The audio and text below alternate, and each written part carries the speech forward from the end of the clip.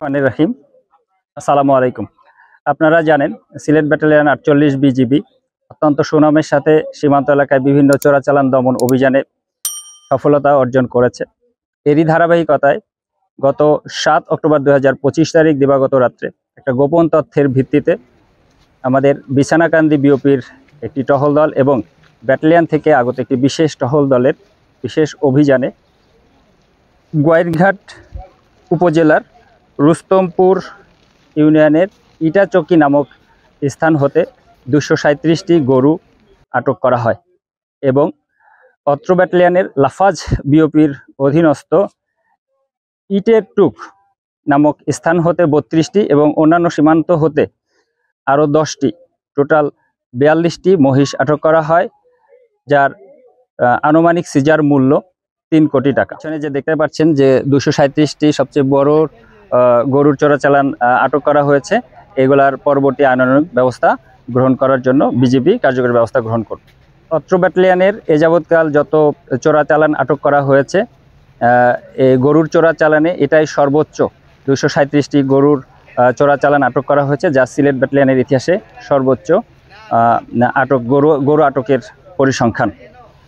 আমাদের ঊর্ধ্বতন কর্তৃপক্ষের নির্দেশনা অনুযায়ী সীমান্তে চোরাচালান দমন অভিযান অব্যাহত থাকবে এবং এ ধরনের কার্যক্রম পরিচালনায় বিজিবি সার্বক্ষণিক প্রচেষ্টা অব্যাহত থাকবে। ধন্যবাদ।